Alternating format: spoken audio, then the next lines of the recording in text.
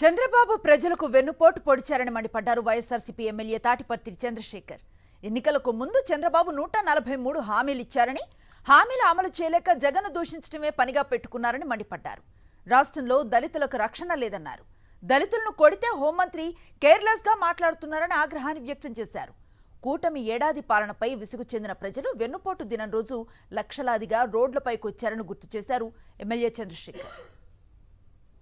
అమాయకమైనటువంటి రాష్ట్ర ప్రజల్ని మోసవనే ఆయుధంతో 40 సంవత్సరాల నుంచి రాజకీయాల్లో వెన్నుపోట్లు ఎలా పొడుస్తూ ఉన్నాడు.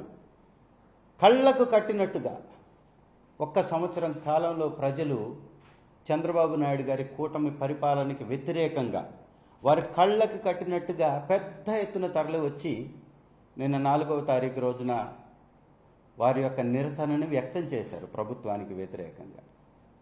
నేను అడుగుతున్న చంద్రబాబు నాయుడు గారిని, దమ్ముంటే ఈ రాష్ట్రంలో జరిగినటువంటి ఆ వెన్నుపోటు నిరసన కార్యక్రమంలో పాల్పంచుకున్నటువంటి ఒక్క జిల్లానైనా మీరు ప్రామాణికంగా తీసుకొని ఎంతమంది ప్రజలు రోడ్డుపైకి వచ్చారో వెన్నుపోటు దినం రోజు ఒక్కసారి బేరీజ్ వేసుకోండి.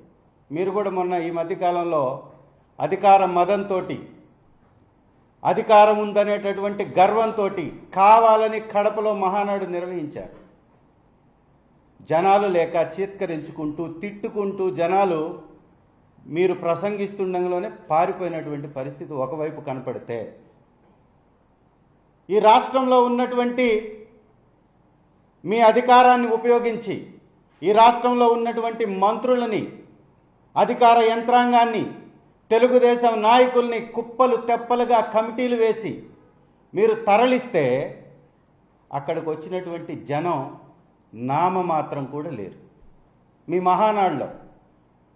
అదే జగనన్న ఒక్క పిలిపిస్తే ఈ రాష్ట్రంలో జరుగుతున్నటువంటి అన్యాయాన్ని వ్యతిరేకంగా, అన్యాయాన్ని ఈ రాష్ట్ర ప్రజలకు తెలిసే విధంగా వైఎస్ఆర్సీపీ ఆధ్వర్యంలో వెన్నుపోటు దినమని ఒక పిలుపిస్తే లక్షలలో జనాలు పెద్ద ఎత్తున మీ ప్రభుత్వానికి వ్యతిరేకంగా వచ్చి వారి గళాన్ని, వారి వాణిని వినిపించారు. సిగ్గుపడండి.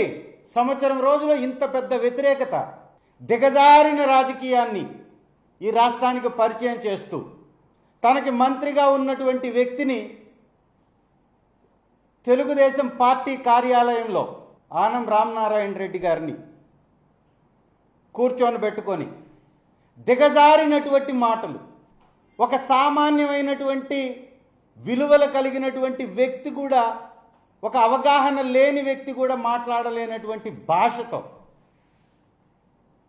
ఈ పార్టీలో ఉండి, ఈ పార్టీలో పదవులు అనుభవించి, ఈ పార్టీ ద్వారా ఎదిగి దివంగత మహానేత రాజశేఖర్ రెడ్డి గారి పుణ్యమని రాజకీయాల్లో ఎదిగి ఇవాళ వారి బిడ్డపై విచక్షణ లేకుండా మాట్లాడినటువంటి ఆ మంత్రి గారి వ్యాఖ్యలే చంద్రబాబు గారి దిగజారుడు రాజకీయానికి అద్దం పడుతున్నాయి.